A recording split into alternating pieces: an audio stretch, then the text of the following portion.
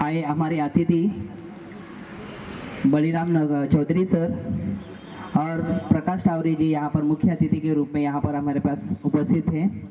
हमारे बच्चे, हमारे टीचर्स, हमारे सुपरवाइजर्स, प्रिंसिपल्स और हमारे अतिथि सभी को मैं गणतंत्र दिवस की हार्दिक बधाई देता हूँ। आज गणतंत्र दिवस के साथ में और एक पर्व है हमारे स्कूल के लिए, वो है वसंत पंचमी। अक्सर वसंत पंचमी के समय हम काफ़ी जोर शोर से सरस्वती माता का पूजन यहाँ पर करते हैं। आज मैं वसंत पंचमी की भी शुभकामनाएं सभी बच्चों को और सभी हमारे शिक्षकों को और यहाँ के उपस्थित अतिथिगणों को मैं देना चाहता हूँ।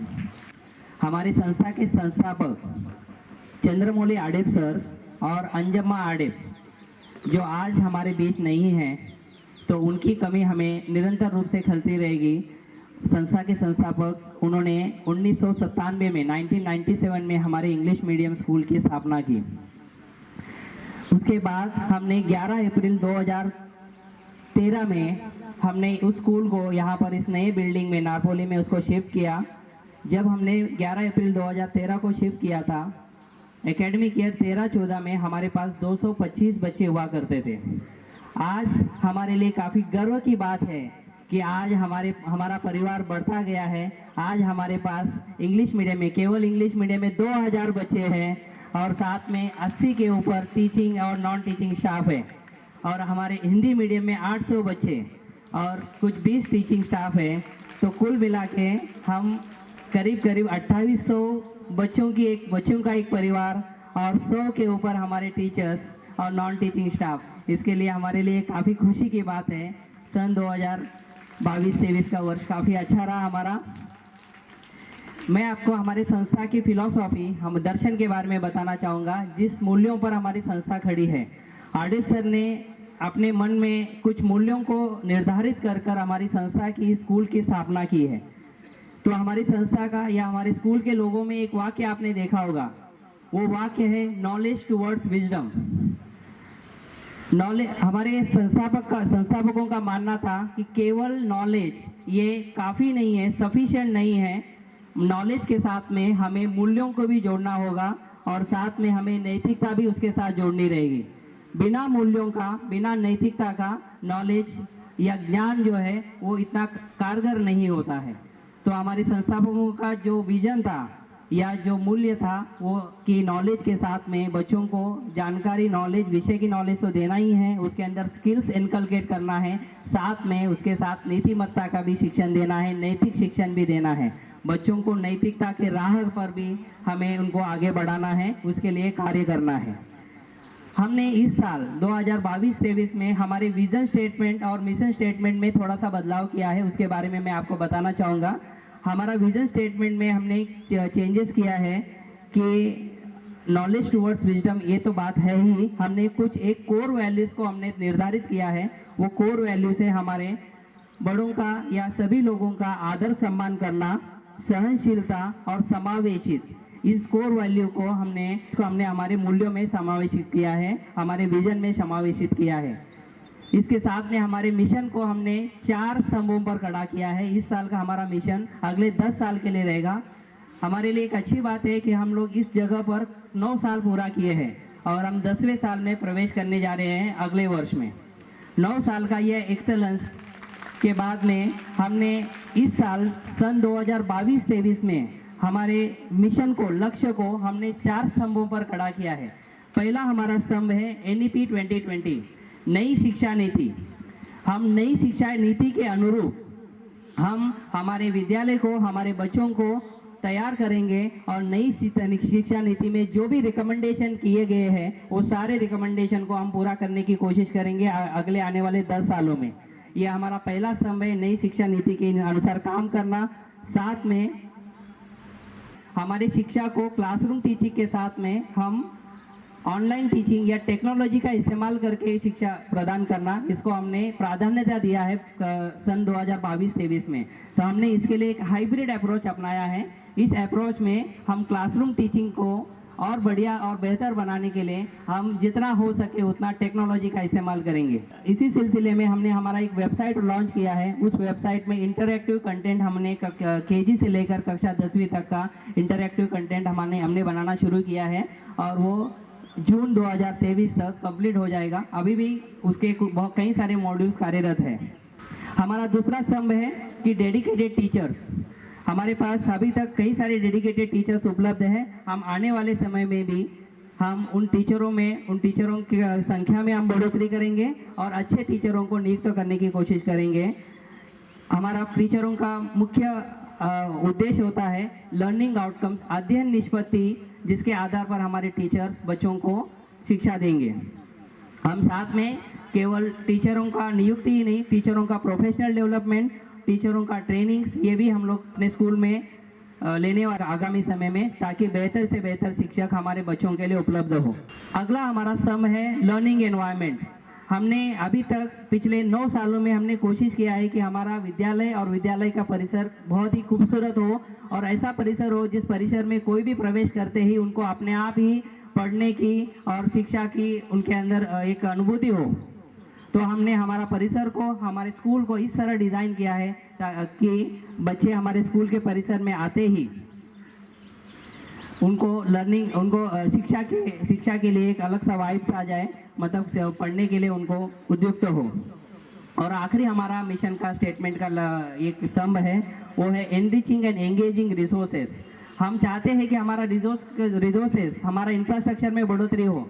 अभी आज भी आप देख रहे हैं कि केवल कक्षा 9वीं और 10वीं के बच्चे यहाँ पर उपस्थित हैं। हमारे पास जगह की कमी है। हम निरंतर ये कोशिश करेंगे आगे आने वाले 10 सालों में कि इससे बड़ी जगह पर हम काफ़ी विशाल स्कूल बनाएंगे और कम से कम 1 या 2 एकड़ के ज़मीन में हमारा ग्राउंड रहेगा, ताकि हम सभी बच्चों को ऐसे कार्यक्रमों में यहाँ पर बुला सकें और काफ़ी बढ़िया कार्यक्रम हम ले सकें। हमारे बच्चों में काफ़ी जोश है। बहुत सारे बच्चे कई सारे एक्टिविटीज़ में पार्टिसिपेट करते हैं, लेकिन हमारे पास जगह की कमी होने की वजह से हम उन सारे बच्चों को हम यहाँ पर नहीं बुला पाते। इसके लिए हम आगे आने वाले 10 साल में हम लोग इस मिशन के ऊपर काम करेंगे। इसके साथ ही हम अवार्ड्स और अचीवमेंट्स के बारे में, हमारी उपलब्धियों के बारे में मैं बताना चाहूँगा। हमारी सबसे अच्छी उपलब्धि ये है कि इस साल हमें स्वच्छ विद्यालय का पुरस्कार हमारे विद्यालय को मिला। काफ़ी बढ़िया बात है। पूरे भिवंडी में गिने चुने स्कूलों को स्वच्छ विद्यालय का पुरस्कार मिलता है। तो डिपार्टमेंट ऑफ एजुकेशन की तरफ से स्वच्छ विद्यालय का पुरस्कार हमारे विद्यालय को मिला। यह हमारे लिए काफ़ी बड़ी उपलब्धि है। साथ में इस साल 2022-23 के लिए हमें एक्सेलेंट स्कूल अवार्ड मेस्टा की तरफ से हमें मिला है। एक्सेलेंट स्कूल अवार्ड मेस्टा की तरफ से, मेस्टा का जो एनुअल कॉन्फ्रेंस था, उन कॉन्फ्रेंस में शिक्षण मंत्री दीपक जी केसरकर के द्वारा ये अवार्ड्स हमें उपलब्ध हुआ है। तो ये भी हमारे लिए काफ़ी अच्छी बात रहेगी। इसके अलावा हमने कुछ और भी अवार्ड जीते हैं इस साल स्कूल के लिए। Tobacco free school, plastic free school, number 1 IT school, ये सारे अवार्ड्स हमने इस साल हमारे स्कूल के लिए जीते हैं। ये हमारे लिए काफ़ी गर्व की बात है। इस साल 5 जनवरी को Maharashtra English school trustees association द्वारा आयोजित राष्ट्रीय शिक्षा नीति चर्चा सत्र, एक डिस्कशन फोरम आयोजित किया गया था NEP नेशनल एजुकेशन पॉलिसी के ऊपर। और उस चर्चा सत्र में हमने हमारे स्कूल के तरफ से NEP के बारे में हम कौन से कार्य कर रहे हैं, हमारे स्कूल को NEP के लिए हम लोग किस तरह तैयार कर रहे हैं, इसके बारे में हमने हमारा प्रेजेंटेशन माननीय शिक्षा मंत्री दीपक जी केसर के सामने हमने दिया था। उन्होंने हमारे स्कूल की और हमारे कार्यों की काफ़ी सराहना और तारीफ की। ये भी हमारे लिए काफ़ी बड़ी उपलब्धि रही है। इसके साथ में 2 दिन पहले 24 तारीख को हमारे स्कूल के संस्थापक चंद्रमौली सर और मेरे पिताजी उनके कार्यों को पहचान देते हुए, इन कार्यों को ध्यान में रखते हुए पद्म तेजम अवार्ड हमारे संस्थापक को मिला है। एक काफ़ी प्रेस्टिजियस अवार्ड होता है। ये पद्म तेजम अवार्ड हमारे ऑनरेबल पंचायती राज मिनिस्टर कपिल जी पाटिल, इनके हस्ते हमें हमारे संस्थापक के लिए मरणोपरांत उन्होंने जो शिक्षा में समाज कार्य के लिए उन्होंने जो कार्य किया है, समाज के लिए उन्होंने जो कार्य किया है, इसके लिए मरणोपरांत पद्म तेजम पुरस्कार मिला है। इसकी ये भी हमारी काफ़ी बड़ी उपलब्धि है। यहाँ पर स्टेज पे उनको जो पुरस्कार मिला था, उनको वो पुरस्कार और अवार्ड यहाँ पर प्रदर्शित किया गया है। यहाँ पर एक्सेलेंट स्कूल अवार्ड भी यहाँ पर प्रदर्शित है और हमारे संस्थापक को पद्म तेजम अवार्ड जो मिला है वो भी यहाँ पर हमने यहाँ पर रखा है। ये हमारे लिए काफ़ी अच्छी बात है।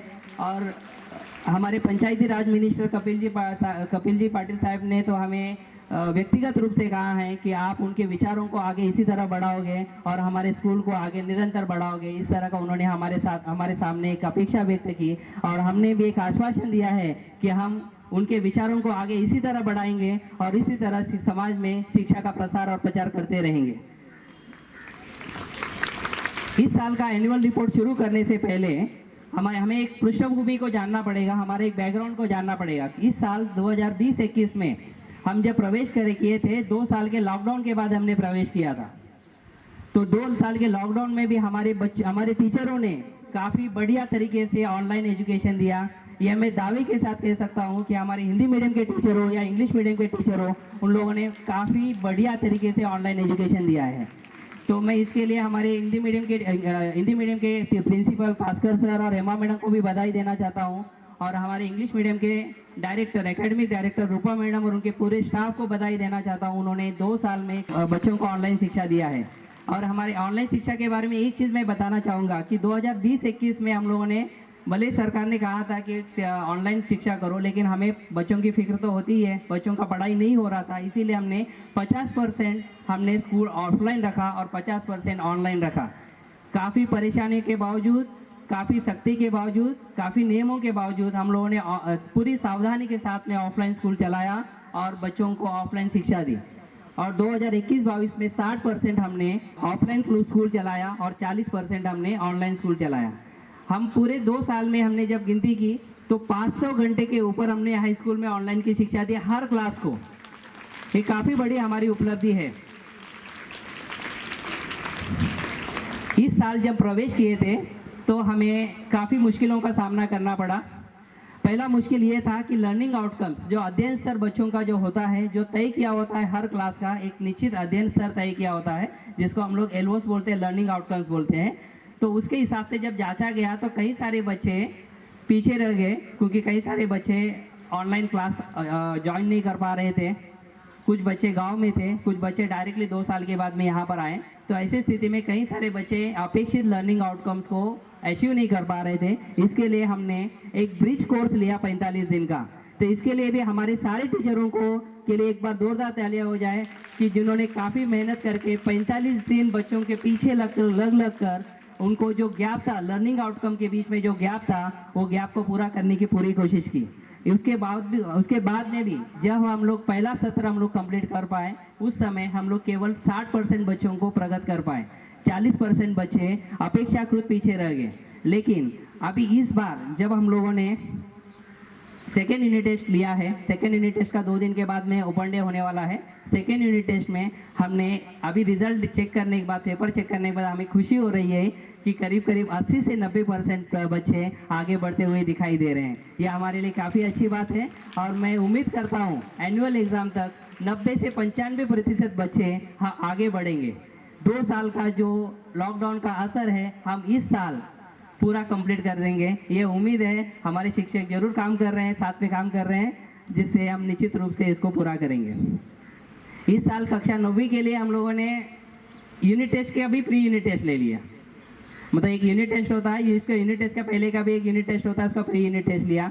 कक्षा 10वीं के लिए 3 बार प्रीलिम एग्जाम लिया है।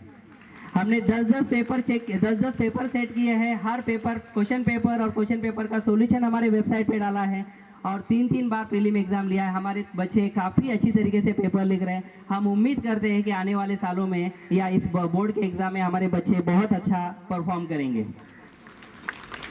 साथ में इस पूरे लॉकडाउन के दौरान इस साल हमारे नॉन टीचिंग स्टाफ, उन्होंने भी काफ़ी मेहनत किया है। तो हमारे नॉन टीचिंग स्टाफ के रंजिता मैडम और उनके स्टाफ, उनके टीम के लिए भी जोरदार तालियां हो जाए। उन्होंने काफ़ी मेहनत से यहाँ पर टीचिंग स्टाफ के लिए और के साथ में मिलकर काफ़ी बढ़िया सा काम किया है।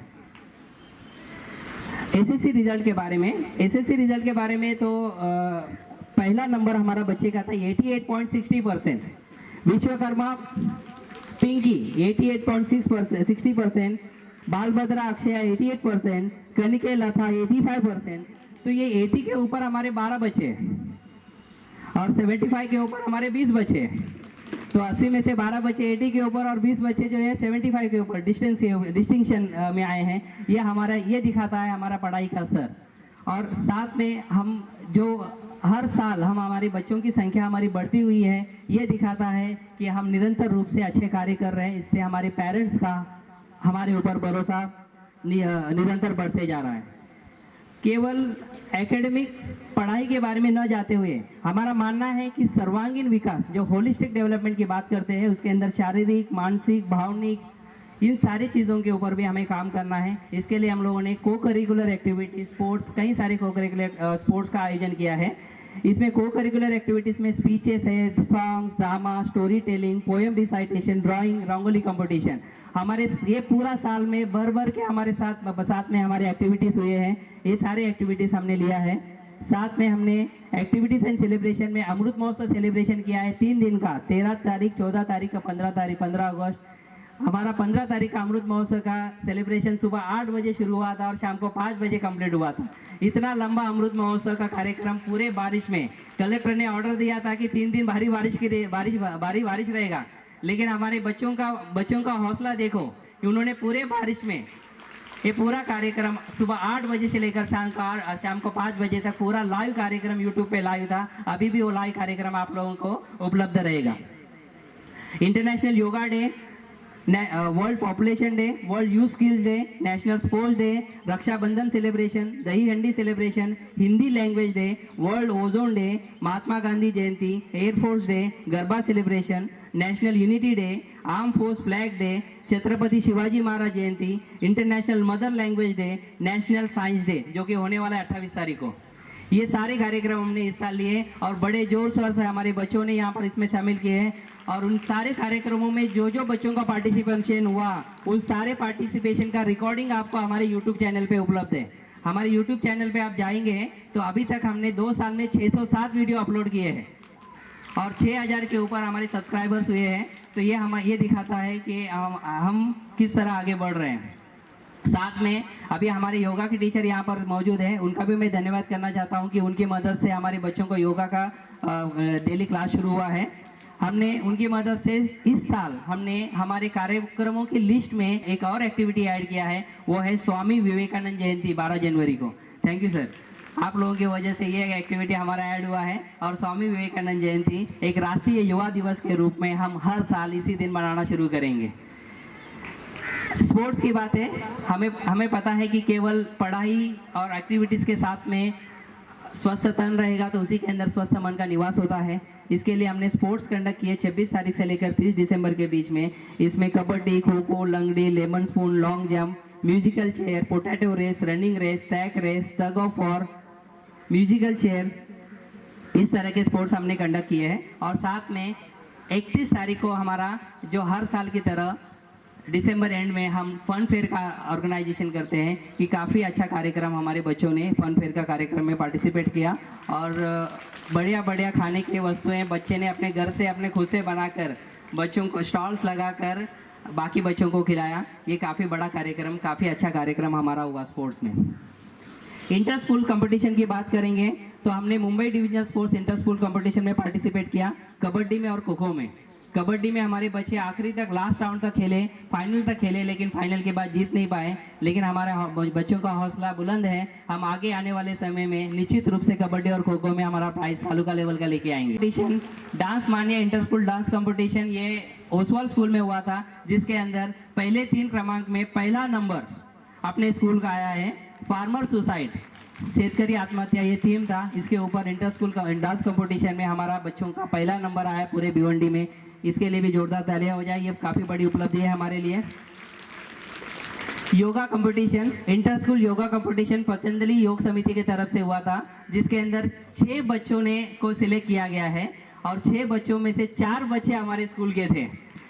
ये काफ़ी बड़ी उपलब्धि है। पीएम स्कूल में फाइनल राउंड हुआ था, सेमीफाइनल अपने स्कूल में हुआ था। 6 में से 4 बच्चे योगा कंपटीशन में हमारे बच्चे आए हैं। इसके लिए हमारे बच्चों, ये काफ़ी बड़ी उपलब्धि हमारे लिए इस साल के ले रहे हैं।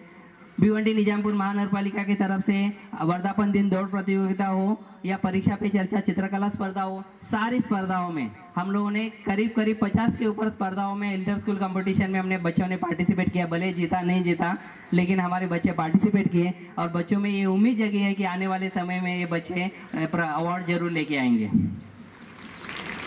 साथ में हमने पेरेंट्स मीटिंग लिया, एनुअल पेरेंट्स मीटिंग हमने 12 तारीख, 13 तारीख और 14 तारीख 3 दिन हमने दिसंबर में हमने एनुअल पेरेंट्स मीटिंग लिया। और एनुअल पेरेंट्स मीटिंग में हमने काफ़ी अच्छी बातें बताई। उनको मोबाइल का इस्तेमाल हमने करने के लिए बोला, उसको कम से कम कैसे इस्तेमाल करें, उसके होने वाले नुकसान क्या है, इंटरनेट से हम खुद को और बच्चों को कैसे सुरक्षित रखें, इनके ऊपर हमने बच्चों पेरेंट्स को हमें समझाया, बताया। पेरेंट्स की हर बात को हमने सुनी। करीब 3 दिन में हमने 1000 से ज़्यादा पेरेंट्स से सामने बात किया। ये भी हमारे लिए काफ़ी बड़ी उपलब्धि रही कि इस साल हमने 1000 से ज़्यादा पेरेंट्स को सामने बात किया, पेरेंट्स की मीटिंग ली, हमारी बातें उनको बताई और उनकी बातें हमने सुनी। साथ में हमने ओपन डे मीटिंग भी हम निरंतर करते रहते हैं। 2 ओपन डे मीटिंग हो चुके हैं। 28 तारीख को अभी तीसरा ओपन डे मीटिंग है सेकेंड यूनिट टेस्ट का। उस मीटिंग में पेरेंट्स को आना है। ओपन डे मीटिंग ये ऐसा मीटिंग होता है जिसके अंदर हमारे बच्चों का पढ़ाई के बारे में चर्चा करने का एक बेहतर मौका रहता है, जिसके अंदर क्लास टीचर और सब्जेक्ट टीचर सामने रहते हैं। तो मैं सभी पेरेंट्स को गुजारिश करता हूँ कि ओपन डे मीटिंग में निश्चित रूप से प्रेजेंट रहें। आगे ESEHS करके एक वेबसाइट हमने लॉन्च किया है। इसके अंदर हम लोग interactive web content, interactive content हम लोग डेवलप कर रहे हैं। इसके बारे में काफ़ी चर्चा हुई है, लेकिन आने वाले समय में हम एक मोबाइल ऐप लॉन्च करने वाले हैं ESEHS के नाम से। इस मोबाइल ऐप के माध्यम से बच्चे ऑफलाइन हमारे असाइनमेंट्स को ही हमने ऑनलाइन इंटरैक्टिव किया है। आराम से बच्चे ESEHS के माध्यम से कर सकते हैं। और सबसे बढ़िया बात यह है कि ये ESEHS ऐप सरस्वती और बालाजी के बच्चों के लिए फ्री रहेगा।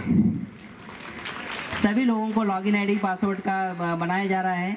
जून में सभी बच्चों को लॉगिन आईडी और पासवर्ड दिया जाएगा, मोबाइल ऐप का लिंक दिया जाएगा और इससे हमारी पढ़ाई और सुलभ होगी। हम टेक्नोलॉजी का इस्तेमाल करते हुए हमें बच्चों को और अच्छी तरह से पढ़ाना शुरू करेंगे। इस बार हमने एक एडवांस लर्निंग का हमने एक कोर्स चालू किया, एक लैब चालू किया। हमारे संस्था के वेणुगोपाल सर, इन्होंने 2 साल 3 साल तक मेहनत से इन्होंने एडवांस लर्निंग का रोबोटिक्स हो, आर्टिफिशियल इंटेलिजेंस हो, ऑटोमेशन हो, ऐसे विषयों पर उन्होंने करिकुलम बनाया। पहले तो उन्होंने दावा किया कि ये करिकुलम स्टैंडर्ड 1 से लेकर लागू हो सकता है। तो हमने बोला कि 1 से लेकर कैसे पढ़ाई करेंगे, लेकिन उन्होंने 1 साल के काम से उन्होंने खुद हर सैटरडे और संडे छुट्टी लेकर यहाँ पर हमारे साथ उपलब्ध रहते हैं। उनके साथ में सुजाता मैडम भी है, उनके लिए भी जोरदार तालियां हो जाए। वेणुगोपाल सर, सुजाता मैडम और उनकी टीम, उन्होंने काफ़ी मेहनत करके एक एडवांस लर्निंग का कोर्स बनाया है। और ESEHS हमारे जो वेबसाइट के ऊपर जो कंटेंट डेवलपमेंट का कार्य कर रहे हैं, इनके लिए मैं चाहता हूं कि सभी लोग एक बार जोरदार तालियां बजाएं। हमारे ICT टीम, इस बार हमारे पास एक नया ICT टीम है, जिस टीम ने वेबसाइट के ऊपर बहुत बड़ा कार्य कर रहे हैं और आगे उनका कार्य जारी रहेगा। आने वाले समय में हमारे स्कूल में कई बदलाव होने वाले हैं। इसमें से एक बदलाव है जूनियर कॉलेज का प्रपोजल हमने रखा है। हो सकता है कि अगले जून में हमारे यहाँ पर कॉमर्स और साइंस का जूनियर कॉलेज उपलब्ध रहेगा। ठीक, ये भी हमारे लिए काफ़ी बड़ी उपलब्धि है। हमने ऑनलाइन इंटरैक्टिव कंटेंट का यूज़ करके कई मॉड्यूल्स बनाने के ऊपर काम चालू किया है। एक है स्पोकन इंग्लिश के ऊपर काम चालू किया है हमने, वो भी जून से शुरू हो जाएगा। स्पोकन इंग्लिश का अलग सा लेक्चर हम लोग प्लान कर रहे हैं, उसका प्लानिंग करीब होते आया है। तो जून में एक स्पोकन इंग्लिश का अलग सा मॉड्यूल रहेगा, जिसके अंदर स्टैंडर्ड 1 से लेकर स्टैंडर्ड 5 तक के बच्चे चुने गए हैं, जिसके अंदर अभी हम लोग धीरे 1-2 महीने में हम लोग नर्सरी, जूनियर KG और सीनियर KG को भी जोड़ेंगे। उनके अंदर केवल इंग्लिश कम्युनिकेशन के ऊपर 1 घंटा हर रोज़ रहेगा। उसके अंदर ग्रामर को बाजू में रखते हुए सिर्फ बोलना सिखाया जाएगा, इंग्लिश कैसे बोला जाता है। इसके ऊपर हमने अपना मॉड्यूल के ऊपर काम शुरू किया है। वो अगले जून में ये मॉड्यूल रेडी हो जाएगा और इसका इम्प्लीमेंटेशन भी हो जाएगा। इसके साथ में NEP में जो सजेशन दिया गया है कि 1st और 2nd स्टैंडर्ड के लिए लिंग्विस्ट या न्यूमेरिक स्किल्स, इनके ऊपर अलग सा मॉड्यूल गवर्नमेंट ने बनाने की बात की थी, लेकिन सरकार जब बनाए, लेकिन हमारा मॉड्यूल तैयार हो गया है। हम जून से इसको इम्प्लीमेंट करेंगे। तो इस तरह हमारा इस साल काफ़ी एक्टिविटीज़ से हरा भरा रहा। आने वाले समय में भी बहुत सारे बदलाव होंगे। हमारे पेरेंट्स का सपोर्ट हमें निरंतर मिलते रहा, उनके लिए भी मैं जोरदार तालियां बजाने की गुजारिश करूंगा, क्योंकि हमारे पेरेंट्स के सपोर्ट के बिना हम यहाँ तक नहीं बढ़ सके। तो इसके साथ सरस्वती स्कूल का एनुअल रिपोर्ट कंप्लीट कर रहा हूँ। यहाँ पर एक बात होगी कि बालाजी स्कूल का एनुअल रिपोर्ट किसी और फंक्शन में मैं रिलीज़ करूँगा, लेकिन ये एनुअल रिपोर्ट मुख्य रूप से सरस्वती इंग्लिश हाई स्कूल के लिए था। तो इसके साथ मेरा एनुअल रिपोर्ट कंप्लीट होता है। धन्यवाद, थैंक यू।